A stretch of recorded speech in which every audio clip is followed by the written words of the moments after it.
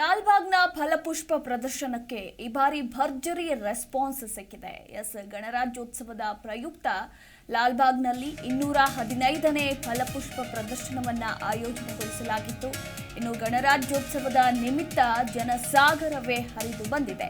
ಇತಿಹಾಸವೇ ಸೃಷ್ಟಿಸಿದ ಲಾಲ್ಬಾಗ್ನ ಫಲಪುಷ್ಪ ಪ್ರದರ್ಶನ ಅಂತ ಹೇಳಲಾಗ್ತಾ ಇದೆ.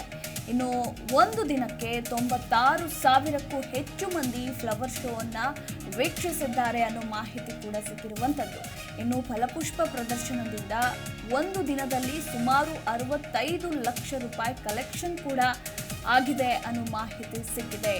ಗಣರಾಜ್ಯೋತ್ಸವದ ನಿಮಿತ್ತ ಈ ಬಾರಿ 215ನೇ ಫಲಪುಷ್ಪ ಪ್ರದರ್ಶನವನ್ನ ಲಾಲ್ಬಾಗ್ನಲ್ಲಿ ಆಯೋಜನೆ ಮಾಡಲಾಗಿತ್ತು. ಬಸವಣ್ಣನವರ ಥೀಮ್ನಲ್ಲಿ ವಿವಿಧ ಬಗೆಯ ಹೂಗಳಿಂದ ಲಾಲ್ಬಾಗ್ ಕಳೆದ ಒಂದು ವಾರದಿಂದ ಕಂಗೊಳಿಸ್ತಾ ಇತ್ತು ಅಂತಾನೆ ಹೇಳಬಹುದು.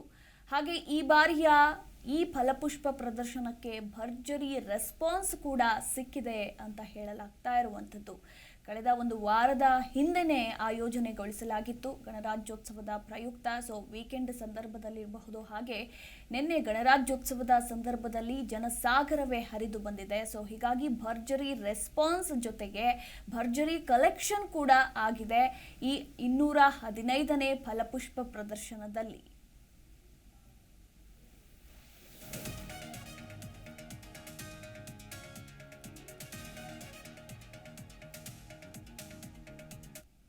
ನಿಮ್ಮ ಜಿ ಕನ್ನಡ ನ್ಯೂಸ್ ಚಾನೆಲ್ ಈಗ Sun Direct number 292, U digital number 162, city cable number 51, GTPL number 17, Abhishek cable number 821, Rockline telecommunication number 51, Shri Basaveshwara cable number 60, Vinayaka digital number 53 ನೆಟ್ವರ್ಕ್ಗಳಲ್ಲಿ ಲಭ್ಯ.